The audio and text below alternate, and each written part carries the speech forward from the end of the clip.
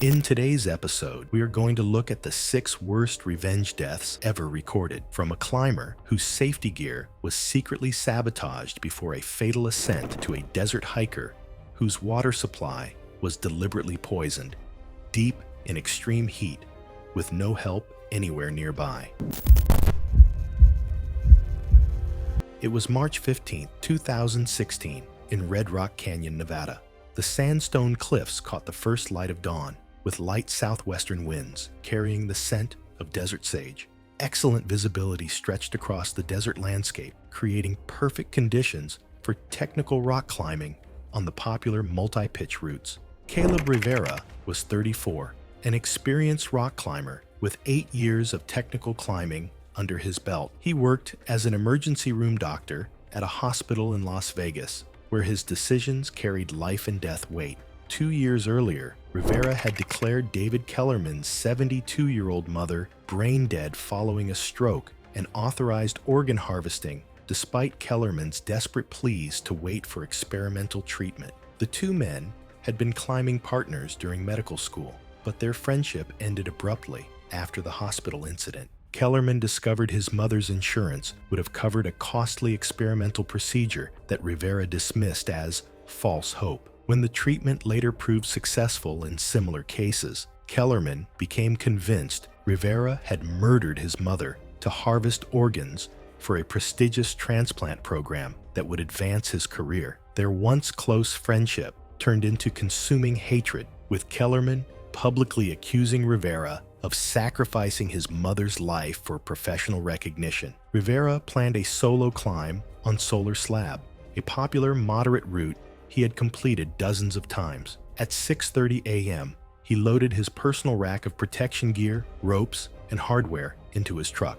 Kellerman, a medical researcher himself, knew Rivera's equipment and climbing habits intimately from their years of partnership. 3 days prior, security cameras had captured Kellerman near Rivera's storage facility. Rivera had dismissed concerns from other climbers who mentioned seeing his former partner in the area. Kellerman had climbed this exact route with Rivera at least a dozen times and knew precisely which pieces of gear would bear the most critical loads during the ascent. Rivera's confidence in his gear was absolute. He performed the same pre-climb inspection ritual every time, checking each piece visually, but never stress testing equipment that had performed reliably for years. The incident occurred 180 feet up the main face of Solar Slab at 9:23 a.m. Rivera had placed his third piece of protection, a spring-loaded camming device, into a horizontal crack in the sandstone. As he moved past the placement and weighted the rope during a rest, the cam failed catastrophically when its trigger wire had been cut in a precise way that allowed the cam lobes to partially retract under load, causing the entire device to slip from the crack. The failure created a 40-foot fall onto his previous protection point. However, that piece, another cam from the same rack, also failed when its aluminum stem snapped near the head under the sudden shock load, having been deliberately weakened at the stress concentration point. Rivera fell an additional 60 feet to a narrow ledge below. 2 climbers on an adjacent route witnessed the unusual double failure. They noted that both protection pieces appeared to fail in ways that suggested deliberate compromise rather than normal wear patterns. Park rangers reached Rivera's location at 11:45 a.m. using technical rescue equipment. He was pronounced dead at the scene from fatal head trauma. Investigation revealed that 2 of Rivera's spring-loaded cams showed suspicious damage, trigger wires cut to allow lobe retraction, and stem weakening near stress points. The manufacturer's engineers concluded the damage was consistent with deliberate sabotage, but an independent expert argued the failures could have resulted from metal fatigue accelerated by repeated loading cycles. Security footage showed Kellerman accessing Rivera's gear area on March 12th, though it did not capture actual tampering. Despite strong circumstantial evidence pointing to equipment sabotage, the case remained officially unsolved due to conflicting expert testimony about the failure mechanism and insufficient forensic evidence to definitively prove deliberate tampering. It was August 3, 2015, in Death Valley National Park, California. Clear skies stretched endlessly overhead, with no wind to provide relief from the extreme heat that would soon become deadly. The desert floor shimmered with heat waves even in the early morning hours, and the salt flats gleamed white in the distance. Zoe Caldwell was 29, an experienced desert hiker and ultramarathon runner who worked as a commanding officer at a nearby military base. During a combat operation in Afghanistan 2 years earlier, Nolan Pierce had single-handedly rescued 12 wounded soldiers under heavy fire, while Caldwell remained in the command bunker. Caldwell filed false reports claiming she led the rescue, receiving a promotion while Pierce got nothing. When Pierce contested this, Caldwell discredited him and forced him out of the military. Pierce, a decorated combat veteran now working as a park maintenance worker, was consumed with rage over Caldwell, stealing his heroism to build her career while destroying his future. Caldwell planned a 26-mile solo traverse across the Badwater Basin at 5 a.m., following a route she had completed twice before. Her survival strategy relied on 3 water caches she had placed along the route 2 weeks earlier, each containing 2 gallons of water in buried containers. The extreme heat made these caches essential for survival in the desert environment. Pierce had been conducting routine maintenance surveys in Death Valley the previous weekend, using his park access to locate Caldwell's cache sites. Pierce's position as a maintenance worker gave him detailed knowledge of backcountry hiking patterns and survival strategies. He understood that desert hikers were completely dependent on their water supplies, and that any contamination would be fatal in the extreme heat conditions. His access to park maintenance areas also provided him with opportunities to locate and access hikers' cache sites without suspicion. The incident began at mile 8.5 of Caldwell's route at her first water cache location. She reached the buried container at 8:15 a.m.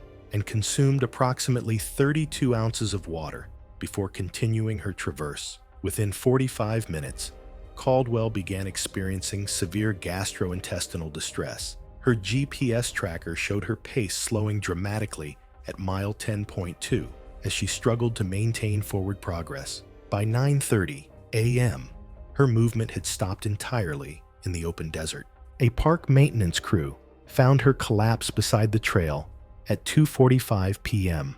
Her water bottles were empty, and she showed signs of severe dehydration combined with apparent poisoning symptoms. The progression was documented through her GPS device, normal pace until the 8:15 a.m. water stop, declining speed from 9 to 9:30 a.m., then a stationary position from 9:30 a.m. until discovery.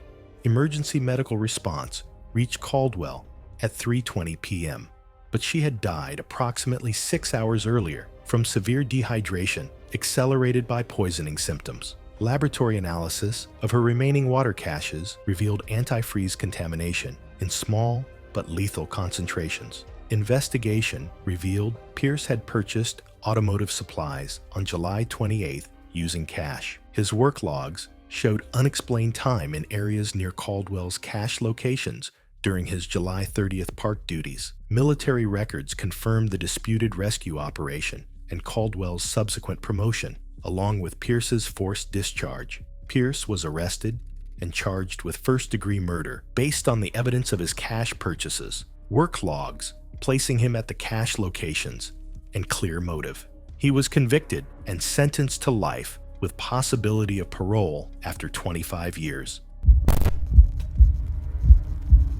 It was January 12, 2016, in Mount Washington State Park, New Hampshire. Overcast skies hung low over the peaks, with strong winds from the northwest, creating bitter cold conditions and blowing snow. Fresh snow covered the icy terrain, creating treacherous conditions for winter mountaineering on the exposed alpine routes. Jude Garrett was 41, a certified mountain guide and research scientist who had been blackmailing Eric Voss for over 3 years.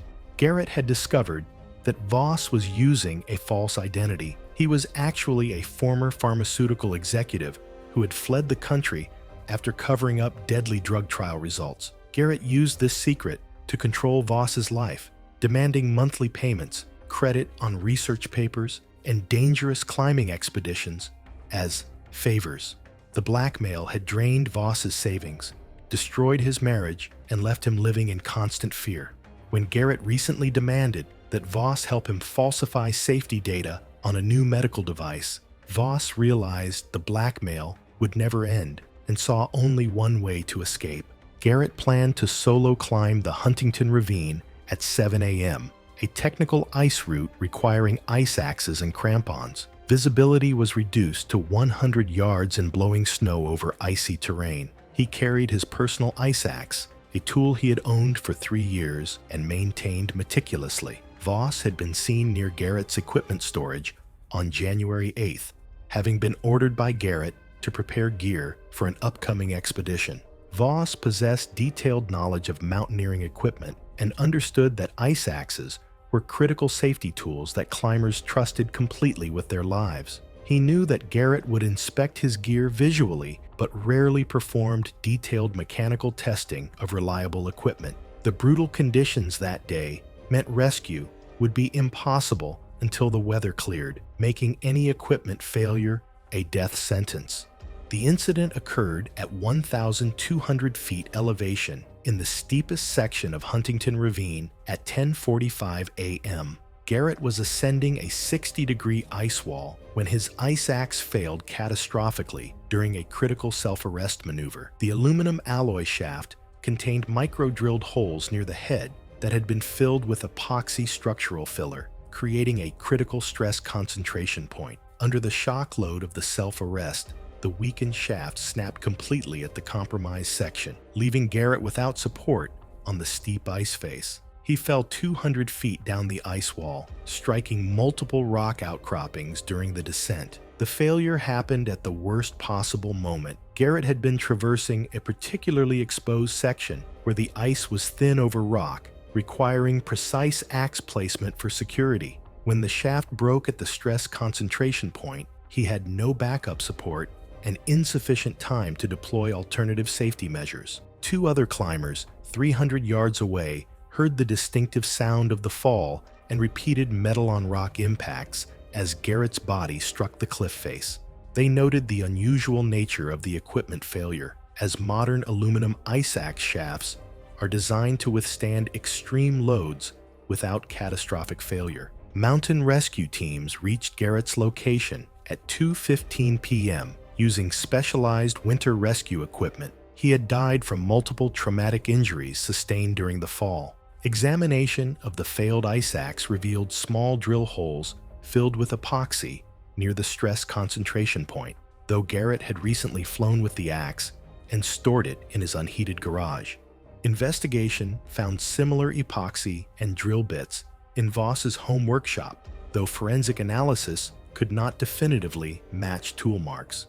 Despite conflicting expert testimony about the failure mechanism, Voss was arrested and charged with first-degree murder based on the physical evidence and blackmail motive. He was convicted and sentenced to 35 years to life. It was September 22, 2017, in Olympic National Park, Washington. Fog and drizzle created a gray curtain over the dense forest, with light winds from the west carrying moisture from the Pacific. The overcast conditions reduced visibility significantly through the thick canopy of ancient trees and moss-covered undergrowth. Sage Whitmore was 36, a novice hiker with only 6 months of experience who worked as a family court judge. She had sentenced Reed Holloway to 15 years in prison on child abuse charges that were later proven to be based on fabricated evidence. Holloway served 2 years before being released on appeal when the evidence was exposed as false, but the damage to his relationship with his 4-year-old son was irreversible. Whitmore planned a solo day hike on the Hoh River Trail at 2 p.m., a well-marked 8-mile route she was using to build her hiking experience. The trail used a standard system of colored blazes and numbered markers maintained by park services. Holloway had been seen in the park area despite having no legitimate reason to be there. and his vehicle was spotted on nearby forest roads on September 20th. Park rangers had noted the vehicle but took no action since he was not violating any regulations. Holloway had researched Whitmore's hiking habits extensively through her social media posts and knew she relied heavily on trail markers due to her inexperience with wilderness navigation. He understood that novice hikers typically followed blazes without question and rarely carried backup navigation equipment like GPS devices or detailed topographic maps. The dense canopy blocked cell phone signals for most of the trail. The incident began at mile marker 4.2, where Whitmore encountered what appeared to be a legitimate trail junction with temporary orange flagging tape directing hikers toward a scenic overlook. The improvised markers, designed to look like standard trail maintenance flagging, directed hikers toward a steep ravine area not visible from the main trail through dense forest undergrowth. Following the flagging tape, Whitmore descended into increasingly difficult terrain as daylight faded in the overcast conditions. At 4:30 p.m., she lost her footing on loose rock near a steep drop-off and fell into a natural ravine. The false trail became progressively more dangerous as it led deeper into unmarked wilderness. Whitmore's inexperience prevented her from recognizing that the terrain was becoming unsuitable for hiking, and the poor visibility conditions masked the hazardous nature of the route until it was too late to safely retreat. The fall was 25 feet onto rocky ground at the bottom of the natural ravine. Her emergency whistle was heard by other hikers at 4:35 p.m., but the temporary flagging tape led initial searchers away from her actual location. The deception was simple but effective. Orange flagging tape placed at key decision points over 2/10 of a mile, leading directly to the dangerous ravine area. Search teams located Whitmore at 8:20 p.m. using her cell phone's GPS signal after standard search patterns failed. She had died from internal injuries sustained in the fall. Investigation revealed that temporary orange flagging tape had been placed to create a false trail leading to the hazardous area.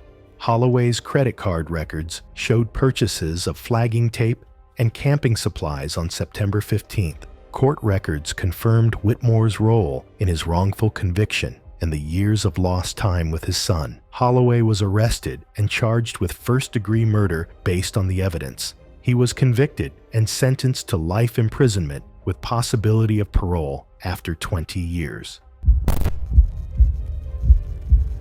It was May 8th, 2018, in Joshua Tree National Park, California. Clear skies with light southern winds created excellent conditions for rock climbing in the desert formations dotted with twisted Joshua trees. The granite monoliths stood stark against the cloudless blue sky, their surfaces warmed by the afternoon sun. Asher Vale was 38, a skilled rock climber and college professor who had falsely accused Tessa Grimm's 17-year-old daughter of cheating on a crucial exam. The accusation destroyed the girl's academic record and college prospects, leading to severe depression and multiple suicide attempts that required hospitalization. Vale had refused to reconsider his decision, despite evidence suggesting his accusation was unfounded. Tessa had researched the climbing area extensively after learning of Vale's outdoor activities through social media posts. Vale planned to complete White Lightning at 4 p.m., a popular three-pitch climbing route he had established years earlier. The route required rappelling from fixed anchors at the top, permanent metal bolts he had installed over a decade ago and rarely inspected in detail. The bolts were older stainless steel hardware that had endured years of desert wind and sand abrasion, gradually weakening from corrosion and metal fatigue. Tessa had been seen at the climbing area on May 5th, 3 days before Vale's planned climb, despite having no climbing experience or legitimate reason to be there. Tessa had spent weeks studying climbing anchor systems and bolt installation techniques through online resources and technical manuals. She understood that climbers placed absolute trust in fixed anchors and that Vail's confidence in his own aging installations would prevent him from conducting detailed inspections before use. Her research revealed that older bolts in desert environments were particularly vulnerable to corrosion-induced failure. The incident occurred during Vail's rappel from the top of the third pitch, 240 feet above the ground, at 5:15 p.m. He weighted the rappel anchor system and began his descent using standard rappelling techniques. After descending 40 feet, the primary anchor bolt failed catastrophically when years of corrosion and a small application of muriatic acid had weakened the bolt shaft beyond its load capacity. Both bolts showed identical microfracture patterns consistent with over-tightening during installation and repeated load cycling over a decade, suggesting the anchors were already near failure before any external compromise. The bolt head sheared off completely, leaving Vail dependent on the backup anchor. However, that bolt had also been compromised by the same corrosion acceleration technique and failed within seconds of taking the full load from the primary anchor failure. Vail's rappel device locked automatically when the first anchor failed, but the sudden shock load on the backup anchor exceeded its compromised capacity.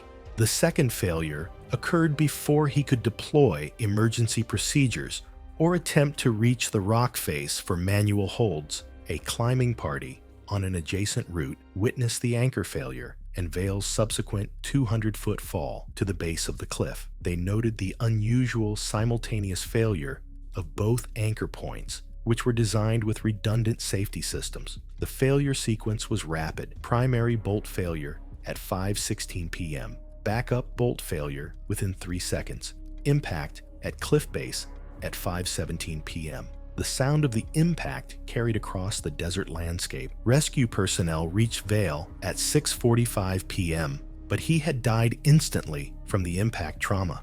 Technical analysis revealed advanced corrosion in both anchor bolts, consistent with acid acceleration, though the desert environment and age of the hardware complicated the investigation. The identical microfracture patterns suggested the bolts had been over-tightened during original installation and weakened by repeated load cycling over more than 10 years. Local climbers confirmed these were Vail's original bolts from over a decade ago, making the pre-existing weakness combined with accelerated corrosion failure highly plausible. Investigation found muriatic acid and climbing research materials in Tessa's garage, though forensic analysis could not determine if the failures resulted from natural deterioration or deliberate acceleration. Academic records confirmed Vail's false cheating accusation against Tessa's daughter and the subsequent psychological damage. Despite strong circumstantial evidence, prosecutors declined to file charges due to the inability to definitively prove deliberate tampering versus accelerated natural corrosion of already compromised hardware. It was November 14, 2013, in Glacier National Park, Montana. Snow flurries reduced visibility with moderate north winds, creating harsh winter conditions across the rugged mountain terrain. Early winter had transformed the backcountry into a challenging wilderness environment where survival depended on proper preparation and equipment. Ezra Wild was 42, an amateur photographer on his first solo backcountry expedition. 6 months earlier, while driving drunk, Wild had hit Holt's 7-year-old son with his car and fled the scene. The child survived, but suffered permanent leg damage that ended his athletic dreams. Holt discovered that Wild had a history of hit-and-run incidents, 3 previous cases where he had injured pedestrians and cyclists, always escaping serious consequences due to his wealthy family's legal connections. Each time, Wild's lawyers got charges reduced or dismissed while he continued driving recklessly. Holt realized the justice system would never stop Wild from destroying more lives. Holt owned an electronics repair shop and deliberately positioned himself to service Wild's beacon when Wild brought it in for a routine check. Wild planned a 3-day solo photography expedition in the backcountry at 10 a.m., carrying his satellite emergency beacon as required by park regulations. Ice on trails and limited visibility made the beacon essential safety equipment for solo travelers. Holt had expressed unusual interest in Wild's hiking plans during the beacon service, asking detailed questions about his route and timeline that seemed excessive for a routine equipment check. Wild had provided specific details about his planned camping locations and expected return date. Holt's electronics expertise allowed him to modify the beacon's internal components without affecting its basic transmission functions. He understood that rescue teams would initially trust the beacon's coordinates and that any delay in rescue efforts could be fatal in winter conditions. The incident began on Wild's second day when he suffered a leg injury from a slip on icy rocks at 2:30 p.m. Unable to continue hiking due to the injury and deteriorating weather conditions, he activated his emergency beacon according to standard protocols and waited for rescue response. The beacon transmitted a signal immediately, but the GPS coordinates were inconsistent and unreliable, providing location data that varied by several miles from transmission to transmission. Search teams initially followed the beacon coordinates, but quickly noticed the inconsistent readings. However, the erratic data forced them to expand their search area significantly, spreading resources thin across multiple potential locations. Without shelter or the ability to move due to his injury, Wild remained stranded in an exposed location where temperatures dropped to 5 degrees Fahrenheit overnight. The modified beacon's erratic behavior eventually triggered system alerts that indicated equipment malfunction, but by then, rescue teams had already lost valuable hours searching in multiple wrong locations. The inconsistent coordinates prevented efficient resource deployment during the critical first night when Wild could have been saved. Wild's body was discovered by a separate hiking party on November 17th, 3 days after his initial distress call. Technical examination revealed coordinate calculation errors in the beacon's GPS processing unit. Investigation found that Holt had researched GPS systems prior to Wild's trip, though his defense argued the failures could have resulted from firmware bugs or cold weather antenna problems. Police records confirmed Wild's pattern of hit-and-run incidents, including the recent case involving Holt's son and his history of avoiding prosecution. Despite strong circumstantial evidence, the case remained open but inactive after investigators could not establish beyond reasonable doubt that Holt had modified the device rather than the failures being caused by known technical issues. Thanks for watching. Want to see more? Click on your screen now.